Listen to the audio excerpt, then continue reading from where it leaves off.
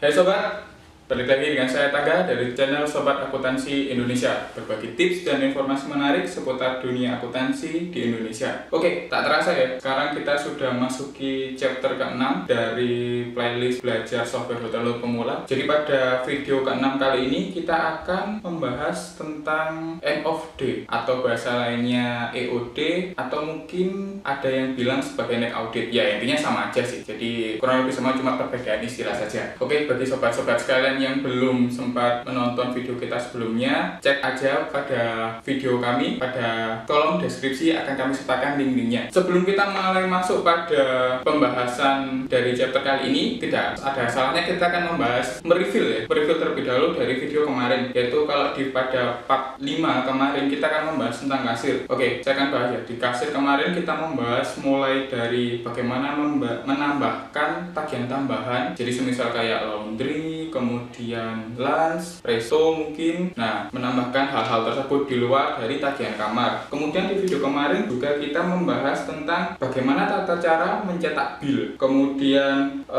dalam mencetak bill sendiri kan kemarin sudah dijelaskan kan ada dua metode. Jadi mau metode cetak langsung semuanya tagihan, ataupun kita bisa melakukan dengan mencetak headernya terlebih dahulu. Jadi untuk opsi-opsi itu sudah kita jelaskan pada video kemarin. Tak lupa pada video kasir kemarin kita juga membahas tentang bagaimana itu split bill, bill transfer, split cetak. Apalagi split cetak ini mungkin yang paling penting ya, terutama bagi hotel-hotel yang mungkin tamunya banyak dari OTA. Jadi kayak apa saja sih yang harusnya dicetak ketika tamu kita OTA, kan tidak semua bill itu kita cetak. Oke, mungkin cukup sekian ya untuk yang review dari video kemarin. Untuk lebih jelasnya, nggak ada salahnya untuk mampir untuk nonton video sebelumnya. Dan pada video kali ini kita akan fokus ke EOD atau neck audit tadi. Dan dalam dalam EOD ini ada beberapa fitur ya. Jadi nanti di video ini kita akan membahas tentang proses atau prosedur EOD itu bagaimana, urutan-urutannya seperti apa, kemudian laporan apa saja yang bisa kita dapat ketika kita melakukan EOD atau neck audit. Kemudian setelah kita melakukan EOD atau neck audit, apa saja yang berubah dari laporan-laporan tersebut, kita akan juga bahas semuanya. Dan tak lupa nanti akan saya berikan beberapa simulasi atau ya simulasi permasalahan kurang lebih seperti itu. Oke, tanpa banyak bicara lagi, kita akan mulai fokus pada trainingnya. Oke, let's check it out. Jadi untuk EOD ya seperti yang sobat tahu sekalian, ada di sini di sebelahnya report. Jadi yang tombol biru ini EOD. Kalau di Arma dulu mungkin istilahnya EOD ya. Kalau di luar mungkin ada yang bilang ini not audit, sama saja. Kita klik. Nah, ini adalah halaman dari end of day. Mulai dari ini ada list tamunya hari ini. Kemudian di sini juga ada expected arrival, expected departure. Di sini ada EOD sebelumnya atau tanggal kemarin, EOD berikutnya. Kemudian di sini ada tombol check-in, ada tombol extend yang mati, kemudian ada tagih rutin harian, tombol tagihan rutin, tagihan hari ini, backup, posting, dan keluar. Nah, jadi untuk prosedurnya nanti ketika kita melakukan EOD adalah mengecek mulai dari sisi kiri ini ke kanan. Kurang lebih seperti itu. Oke, dari halaman awal ini apa saja sih yang sebenarnya bisa kita lihat ya? Di pada halaman awal ini ada 3 tamu kita sebenarnya. Ada 3 tamu kita yang sudah check in di hari ini. Ini seperti itu. Tamu-tamunya, kemudian ini adalah nomor tagihannya, dan ini adalah nominal tagihan harian atau biasanya kalau di sini kan tagihan kamarnya. Kurang lebih seperti itu. Kemudian EOD sebelumnya ini apa sih? Ini adalah waktu di mana kita melakukan EOD di tiap malamnya. Patut teman-teman ketahui ya, apalagi yang sobat sekalian yang masih awam dengan dunia perhotelan, neck audit ini adalah sebuah rutinitas yang dilakukan oleh semua hotel pada malam hari biasanya. Untuk jamnya itu ya tergantung kebijakan hotel. Ada yang di bawah jam 12 malam, ada yang di atas jam 12 malam. Jadi itu tiap-tiap hotel itu pasti punya kebijakan berbeda. Namun yang pasti kegiatan ini atau akan dilakukan setiap harinya. Intinya kegiatan rutin. Nggak ada hotel yang nggak melakukan hal tersebut. Itu yang kurang lebih seperti. Jadi sebelum kita melakukan EOD, saya akan coba perlihatkan terlebih dahulu ya. Jadi ini ketika kita EOD juga akan berhubungan dengan kasir. Berhubungan dengan kasir akan juga berhubungan dengan housekeeping, di mana ini nanti akan merubah status kamarnya. Jadi kalau sebelum kita melakukan EOD, ini akan saya berikan gambaran terlebih dahulu ya. Jadi gimana status kamar sebelum EOD. Kalau sobat sekalian lihat di sini, status kamarnya kan kamar 101, 02 dan 04 statusnya OC atau occupied clean. Jadi ini kan tamu itu baru masuk di hari ini juga kan. Jadi kan kondisinya masih clean. Sedangkan untuk kamar 103 dan 104 05 statusnya masih VC atau vacant claim, kan belum ada tamunya, masih kosong. Jadi sobat sekalian bisa perhatikan ini, kalau nanti bingung bisa di pause atau di screenshot dulu ini status kamarnya ini, tahu. Kemudian kita akan beranjak kepada kasir. Kasir di sini kalau sobat lihat sekalian, ketika kita klik salah satu tamu ya, kita anggap saja yang ini ya, contoh grup nanti buat ini aja ya, contoh publish saja. Contoh publish ini ketika kita klik tagih bayar, nah di sini kan billnya masih kosong. Kenapa kosong? Karena kan baru kita masukkan tagihan rutin hariannya. Tagihan rutin hariannya baru akan masuk setelah kita melakukan EOD. Ini seperti itu. Kalau masih bingung bisa tonton video kita waktu yang guest house atau yang direservasi, sudah dijelaskan juga apa tagihan rutin. Nanti akan di sini akan muncul secara otomatis, akan muncul tagihannya pada bill tiap-tiap kamar atau tiap-tiap tamu, kecuali tamu yang melakukan transfer bill kayak yang kita tadi di contoh grup ada video sebelumnya kan ada transfer bill kan. Nah nanti akan berbeda kasusnya, maka di kamar yang kamarnya ditransfer itu nggak akan ada tagihannya akan otomatis bertambah pada kamar yang menjadi tujuan transfer bill. Jadi lihat teman-teman sekalian, di sini masih kosong semua ya tagihannya. Ini masih kosong, ini juga masih kosong, semuanya masih kosong sebelum kita melakukan EOD. Kemudian dari statistik juga nanti akan berimbas pada statistik juga. Pada statistik ini nanti ketika dicek di income audit, nah ini semuanya masih kosong. Jadi yang today, ini masih kosong semuanya kan ya. Oke, langsung kita masuk ke proses EOD-nya. Kita langsung ke EOD. Nah, 3 tamu ini adalah tamu yang sudah check-in, host ini. Sudah check-in kan tamunya, yang sudah jadi tamu kita ya, seperti itu.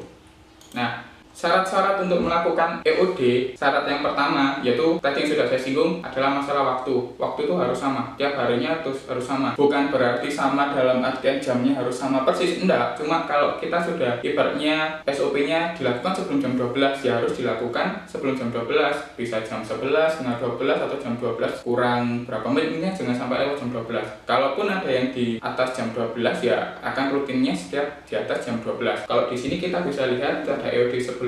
EOD itu dilakukan sebelum jam 12 kan, di sini jam 11.52 PM gitu kan. Berarti kan jam 12 kurang 8 menit tengah malam. Itu syarat yang pertama. Syarat kedua, pastikan tombol check-in dan extend ini sudah mati atau tidak bisa diklik. Lah, sedangkan pada kasus kali ini kita coba sekarang dapat lihat di sini kan tombol check-in masih nyala. Loh, kenapa nyala? Karena di sini ada tulisannya expected arrival, ternyata masih ada 2 loh. Berarti dengan ini bisa bilang ada tamu yang seharusnya check-in di hari ini tapi belum kita check-in kan. Kalau alasannya kenapa, yaitu banyak hal, mungkin bisa cancel atau mungkin late check-in, mungkin ya kita nggak tahu kan. Itu berarti tugasnya FO, SOP-nya FO untuk menelpon kan yang sudah reservasi, kenapa kok belum datang, intinya seperti itu nanti. Jadi ini harus mati ya, tombolnya harus mati atau tidak bisa diklik. Ini kan masih bisa diklik. Kalau yang ini expected departure ini 0, ini mati karena tidak ada tamu yang seharusnya check out hari ini, nggak ada gitu loh. Expected departure ini apa sih? Berarti maksudnya nanti kalau semua ini ada isinya adalah tamu yang seharusnya check out di hari ini, namun tamu tersebut belum check out. Berarti bisa diasumsikan tamu tersebut harusnya melakukan extend. Itu seperti itu penjelasannya. Terus ada pertanyaan, terus kalau ini nyala gimana? Apakah proses EOD atau next audit bisa dilakukan? Nggak bisa. Jadi syarat kedua tadi yang saya bilang, ini harus mati. Terus muncul pertanyaan lagi, mana cara matikannya? Ya harus kita antara 2 cara. Bisa kita cancel reservasinya, atau cara yang kedua kita ganti tanggal check-innya. Caranya gimana? Kita klik aja ini check-in. Nah, kita kan langsung dibawa ke halaman reservasi. Seperti yang teman-teman lihat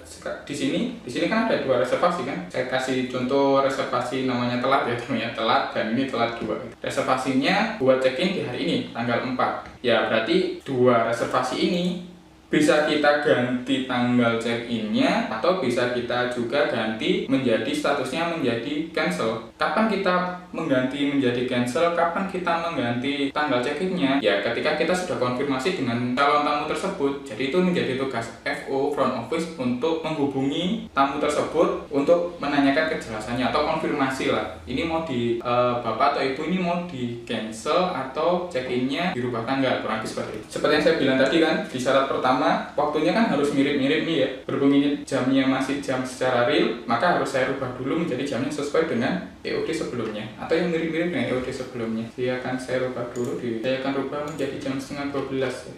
Saya ganti jamnya ini. Oke. Kalau sudah, langsung kita ke tombol kanannya. Tombol kanan ini tagih rutin harian. Ini kita klik ketika ada tamu di sini yang belum ada tagihan hariannya. Kan ini tiga-tiganya sudah ada, jadi kita nggak usah klik. Jadi kita skip aja. Langsung ke tagihan rutin. Kita klik. Nah, maka akan muncul laporan seperti ini. Laporan ini wajib kita cetak. Ini laporan ini wajib kita cetak. Ini laporan apa sih? Ini adalah laporan yang menandakan berarti hari ini kita tuh seharusnya kita mendapatkan uang room itu sebesar 3.275.000.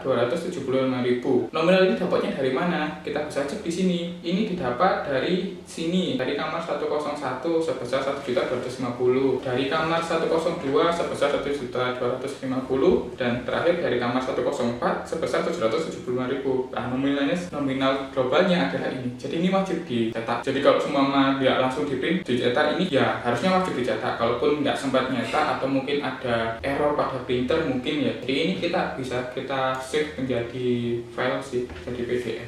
Jadi kan contohnya saya akan save menjadi PDF dulu ya. Jadi bisa ditaruh dimanapun, nggak usah saya taruh di dokumen. Jadi saya kasih nama di sini adalah daily room concert. Tanggalnya jangan lupa, ini dari berarti bulan 10 tanggal 04 tahun 20. Ini sudah save. Close. Kemudian ini ada tagihan hari ini. Tidak ada tagihan hari ini. Tagihan hari ini tuh apa sih? Tagihan hari ini tuh semisal seperti yang kita bahas di video sebelumnya ya. Kalau kita ada tagihan laundry, kemudian ada tagihan mungkin resto. Kalau ada tagihan itu maka akan tercetak di sini. Atau mau dicontohkan? Oke, akan saya coba contohkan ya. Saya coba contohkan dulu kembali di kasir. Jadi kita anggap saja nanti di publish ini ada tagihan tentang laundry. Ingat-ingat ya, laundry-nya sebesar 100.000. Oke, sudah. Kita akan coba lagi. Rutin. Cek tagihan hari ini. Nah, muncul kan tagihan. Kan tadi kita masukkan di kamar 104 ya. Jadi tagihan laundry, maka di sini akan muncul. Berarti ada tagihan laundry. Jadi harusnya di hari ini selain tagihan rutin ada tagihan lainnya. Tagihan opsional lah yang kita bahas kemarin. Ini pun juga harus di-save. Di-save atau dicetak. Kalau ini kita save aja ya. Tagihan harian. Oke, kalau ini sudah, langsung ke sisi selanjutnya yaitu tombol backup. Ini juga harus kita lakukan, wajib hukumnya backup ini. Kalau lokasinya sih ini terserah sih, nanti kita taruh di mana. Yang pasti namanya harus jelas ya. Jadi kalau sini semua saya kasih nama gini. Biasanya saya kasih nama EOD dan tanggal EOD-nya. Ini dari 10/04/20, seperti ini. Terus saya simpan. Baru kita klik posting. Ada dialog box seperti ini. Apakah yang ingin posting tutup hari? Klik aja yes.